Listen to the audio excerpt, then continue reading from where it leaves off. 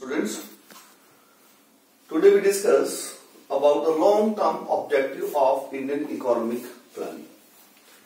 हमने अपनी पिछली वीडियो में आपको बताया कि जो हमने इंडियन इकोनॉमिक प्लानिंग 1951 में स्टार्ट किया था, तो उस 1951 का जो इकोनॉमिक प्लानिंग था उसकी फीचर्स मैंने आपको बताई थी कि 1951 से लेकर 91 तक का फीचर्स क्या था और 91 के बाद हमारी फीचर्स कैसे टर्न आउट होती है, तो वो मैंने आपको एक्सप्लेन किया था। आज हम डिस्कस करेंगे long term objective. Long term का मतलब क्या है?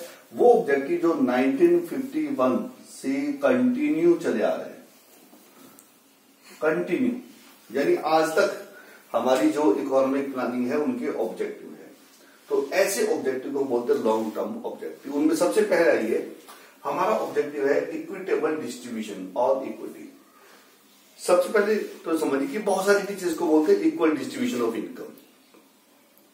इक्वल डिस्ट्रीब्यूशन नहीं है ये और इक्वल डिस्ट्रीब्यूशन कभी चाहते भी नहीं है हम, क्योंकि इक्वल डिस्ट्रीब्यूशन का मतलब क्या है और इक्विटेबल डिस्ट्रीब्यूशन का मतलब क्या है, दोनों का डिफरेंट मीनिंग होते हैं। इक्वल डिस्ट्रीब्यूशन का मतलब क्या है कि जितने भी कंट्री में लोग हैं, जितने भी पीपल्स हैं, उन सभी को इक्वल इनकम मिले। इसका मतलब कोई गरीब नहीं होगा, कोई अमीर नहीं होगा। That is equal distribution of income. तो फिर आप कहेंगे इक्विटेबल डिस्ट्रीब्यूशन क्या है? इक्विटेबल डिस्ट्रीब्यूशन का मतलब है कि जो जिस लेवल पे है, जिसकी जो एबिलिटी है, उसको उस एबिलिटी के अकॉर्डिंग इनकम मिल जाए। That is equitable. इसका मतलब क्या है? देखिए, मैंने ज्यादा एफर्ट किया है प्रोडक्शन करने में तो मुझे ज्यादा रिस्पॉन्स मिलना चाहिए। जिसने कम एफर्ट किया उसको कम उसका रिजल्ट मिलना चाहिए।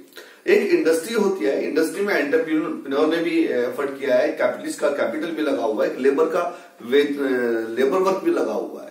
तो हमें समझना होगा कि इस इंडस्ट्री में किसका कंट्रीब्यूशन ज्यादा है। तो जिसका कंट्रीब्यूशन ज्यादा होगा उसको ज्यादा इनकम का पार्ट मिलना चाहिए, जिसका कंट्रीब्यूशन कम होगा उसे कम इनकम का पार्ट मिलना चाहिए।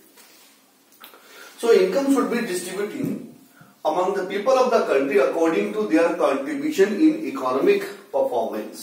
कि जो भी उनकी इकोनॉमिक परफॉर्मेंस है उसमें उनकी इकोनॉमिक परफॉर्मेंस के अकॉर्डिंग इनकम मिलनी चाहिए। यानी एक डॉक्टर की परफॉर्मेंस को डॉक्टर के अकॉर्डिंग उसको मिलना चाहिए। तो वहीं दूसरी ओर एक जो क्लर्क है, जो काम कर रहा है, क्लरिकल का काम कर रहा है, उसने जो एफर्ट किया है, जितना उसका कंट्रीब्यूशन है उसको उसके अकॉर्डिंग उसका पेमेंट उसको मिलना चाहिए। तो वो है इक्विटेबल डिस्ट्रीब्यूशन। तो हमारी इंडियन इकोनॉमिक प्लानिंग का ये ऑब्जेक्टिव है कि कंट्री में जितने भी लोग हैं उनको उनकी एबिलिटी के अकॉर्डिंग, उनकी कैपेबिलिटी के अकॉर्डिंग, उनके कंट्रीब्यूशन के अकॉर्डिंग उनको इनकम डिस्ट्रीब्यूट हो। ये इसका पहला ऑब्जेक्टिव है, ठीक है, ताकि उस लेवल को हम अचीव कर सके। दूसरा है फुल एम्प्लॉयमेंट।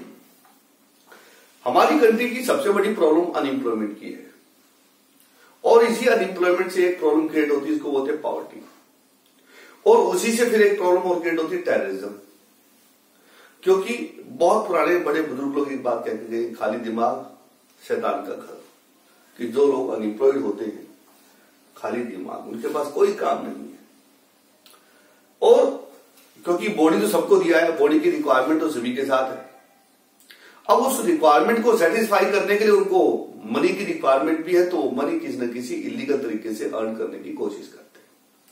इसलिए उस समस्या से बचने का एक उपाय है कि देश में जितने भी युवा हैं, जितने भी नवयुवक हैं, युवा शक्ति है, यूथ है, हमारे पास नौजवान है, उन सभी को काम मिल जाए, उनको वर्क मिल जाए।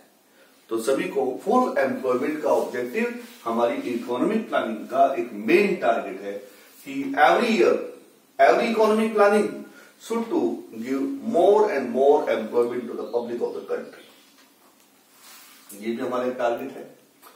जीडीपी ग्रोथ, हमारी कंट्री की GDP at the time of independence growth rate 0.5%। इसका मतलब ना के बराबर। तो हमें उस ग्रोथ रेट को इंप्रूव करना है। 0.5% पे नहीं रहना, क्योंकि 0.5% का मतलब है नेगोशिएबल, मतलब कुछ है ही नहीं वो।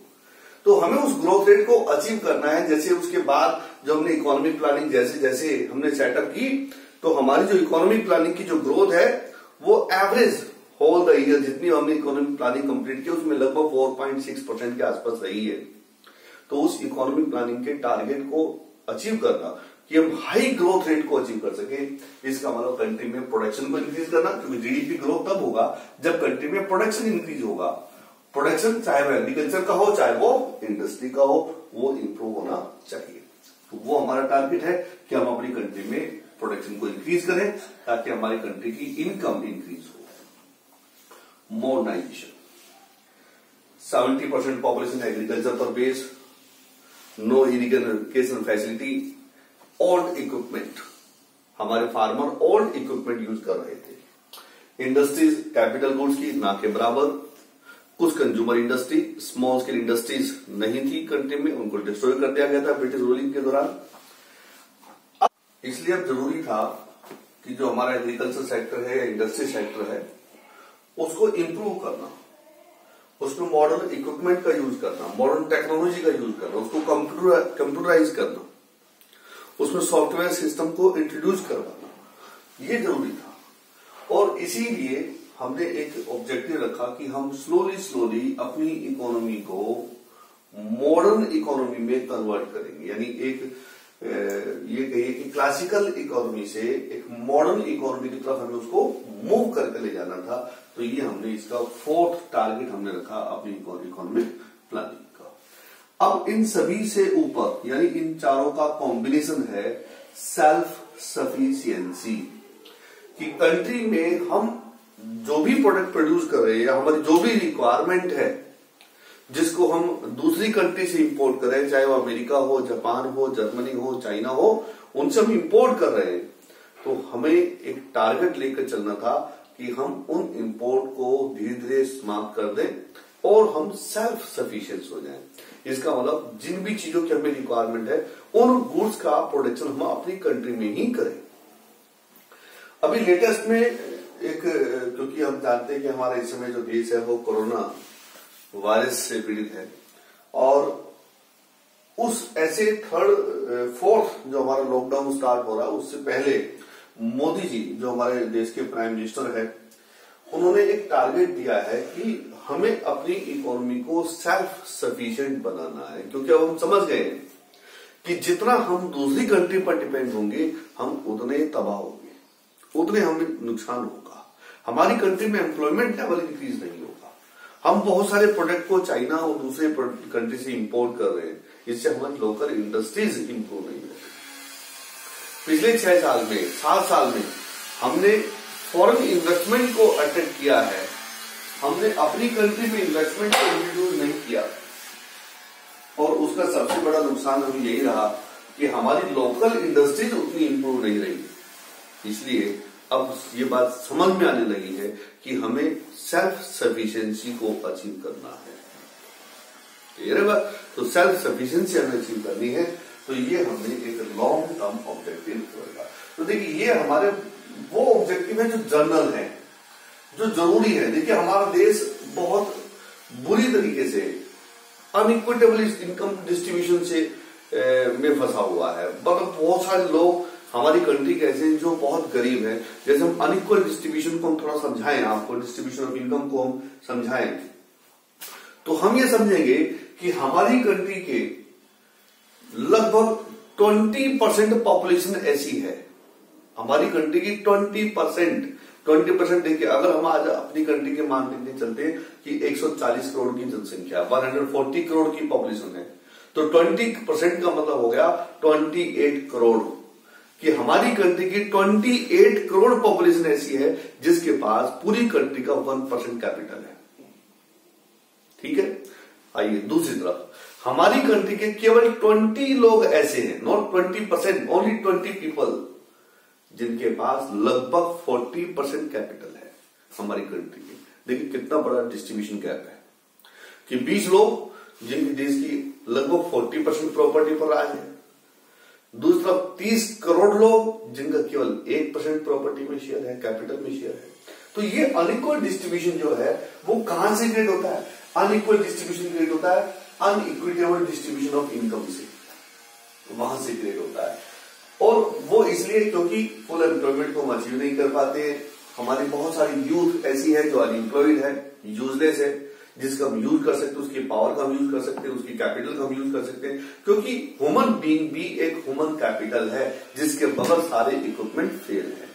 इसलिए उस इक्विपमेंट को हमें यूज करना है, हमें अपनी कंट्री की ग्रोथ को इंप्रूव करना है, जीडीपी को इंप्रूव करना है, कंट्री को मॉडर्नाइज करना है, टेक्निकल हमें इकोनॉमी में कन्वर्ट करना है अपनी इकोनॉमी को क्लासिकल इकोनॉमी से, और हमें सेल्फ सफिशिएंसी को अचीव करना है। तो ये हमारे कुछ ऑब्जेक्टिव थे जो हमने न्यू इकोनॉमिक प्लानिंग के साथ साथ 1951 में सेट किए कि हमें उनको आने वाले 40 ईयर में, 50 ईयर में, 100 ईयर में इनको अचीव करना है।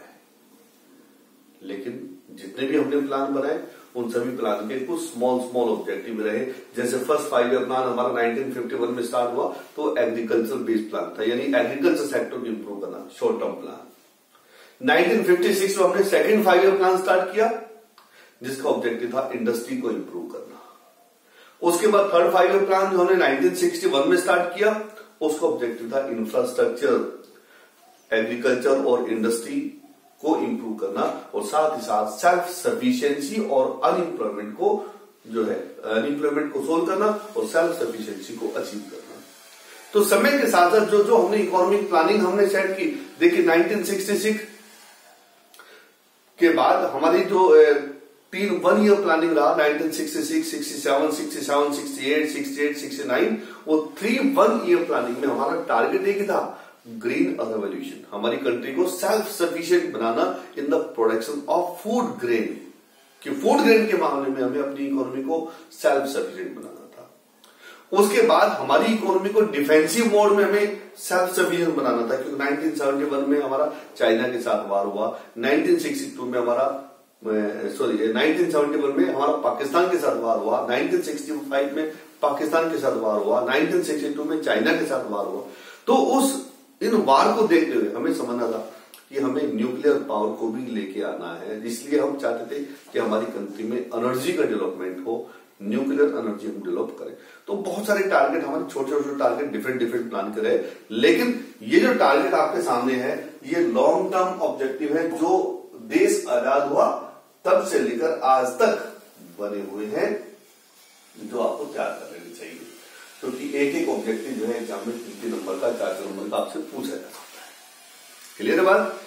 अब हम अपनी नेक्स्ट वीडियो में आपके सामने क्या प्रेजेंट करेंगे, हम अपनी नेक्स्ट वीडियो में प्रेजेंट करेंगे कि हमने जो न्यू इकोनॉमिक प्लानिंग का प्रोसेस 1951 में स्टार्ट किया, क्या हम उस प्लानिंग प्रोसेस में सक्सेस हुए या नहीं हुए, क्या हमने इन गोल्स को कुछ हद तक अचीव किया या नहीं किया, तो इन गोल्स को हमने क्या अचीव किया या नहीं किया, तो सक्सेस और फेलियर हम आपको अपनी नेक्स्ट वीडियो में प्रेजेंट करेंगे। तब तक के लिए thank you, have a nice day.